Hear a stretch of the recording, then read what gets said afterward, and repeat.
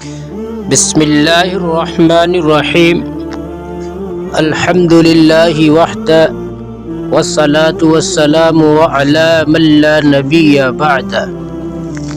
محترم سامعین، السلام علیکم ورحمۃ اللہ وبرکاتہ۔ ہمارے چینل میں آپ کا استقبال ہے۔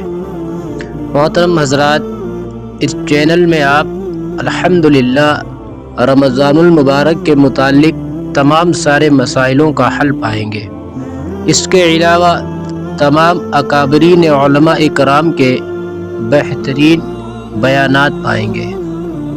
اس لیے گزارش ہے ویڈیو کو مکمل دیکھیں اینڈ چینل کو سبسکرائب کریں۔ محترم سامعین، ماہ رمضان کے فضائل کیا ہے؟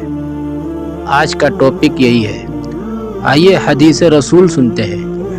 حضرت ابو مسعود غفاری رضی اللہ تعالی عنہ سے مروی ہے کہ آپ صلی اللہ علیہ وسلم نے ارشاد فرمایا، اگر لوگوں کو یہ معلوم ہو جائے کہ رمضان کیا چیز ہے تو میری امت یہ تمنا کرے گی کہ سارا سال رمضان ہی ہو جائے۔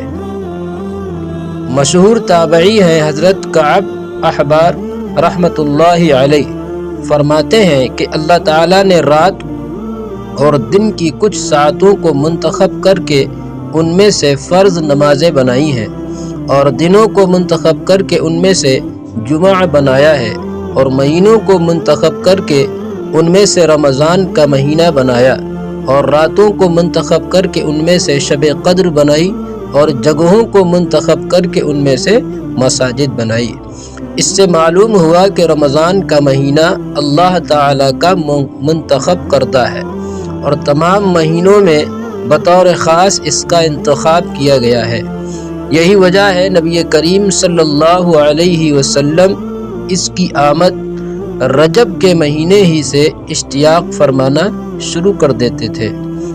حضرت انس رضی اللہ تعالیٰ عنہ سے مروی ہے کہ جب رجب کا مہینہ داخل ہوتا تو نبی کریم صلی اللہ علیہ وسلم یہ دعا پڑھا کرتے تھے کہ اے اللہ، رجب اور شعبان کے مہینے میں ہمیں برکت عطا فرما، اور ہمیں بخیر و عافیت رمضان المبارک تک پہنچا دے۔